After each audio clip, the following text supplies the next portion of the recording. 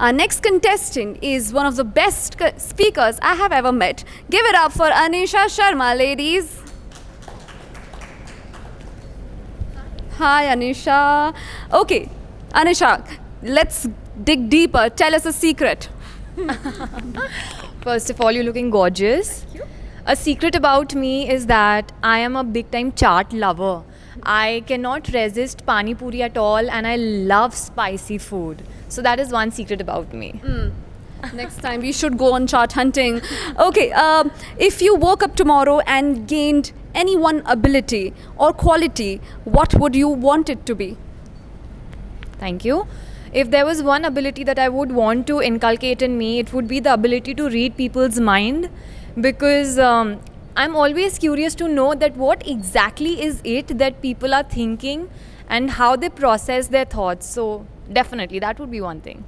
That would also be very, very, very, very confusing.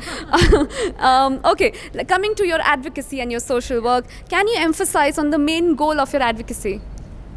Absolutely.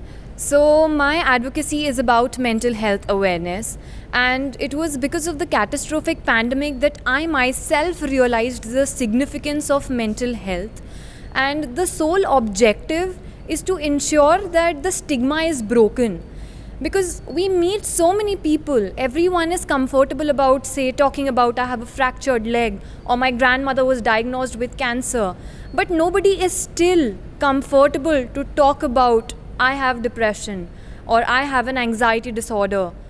There's no solution to it unless and until we talk about it. So therefore the sole objective is to spread awareness. All right. Can you expand more on the work that you have been doing in the past 1 year, since you have found that in the last year? How have you been associating yourself with various NGOs? What has been your work, and how do you plan on further advancing it in the next, 6 months or a year? Absolutely. So this cause I have amplified only since a year, but it has been close to my heart since more than a decade now.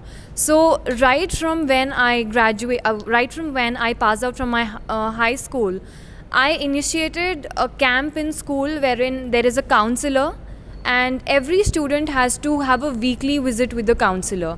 Now what we are doing is we have promoted the same functioning at a college level, and every educational institute has to have a counselor, because the ratio and the percentage of mental problems is majorly in the adolescents and the younger people.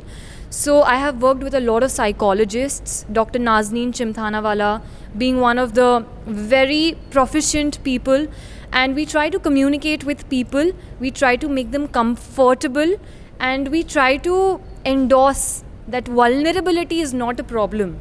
We are all vulnerable, we just need to accept our realities. Thank you, Anisha. It was lovely speaking to you. My last question to you is, how do you define success?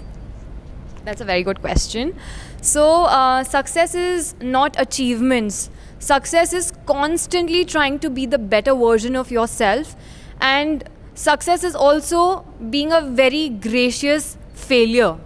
So, I believe nobody should ever celebrate success in way of medals, trophies, or achievements. Success is being a good human. Success is learning from your failures. And success is looking forward to being a better person. Thank you. That's beautiful. I read this somewhere that failures are not actually failures, but they're only an indication to set you on the goals which are worthwhile. Exactly. Thank you, Anisha, for that lovely, lovely interview. Thank you. Give it up for Anisha. All the very best for your pageant.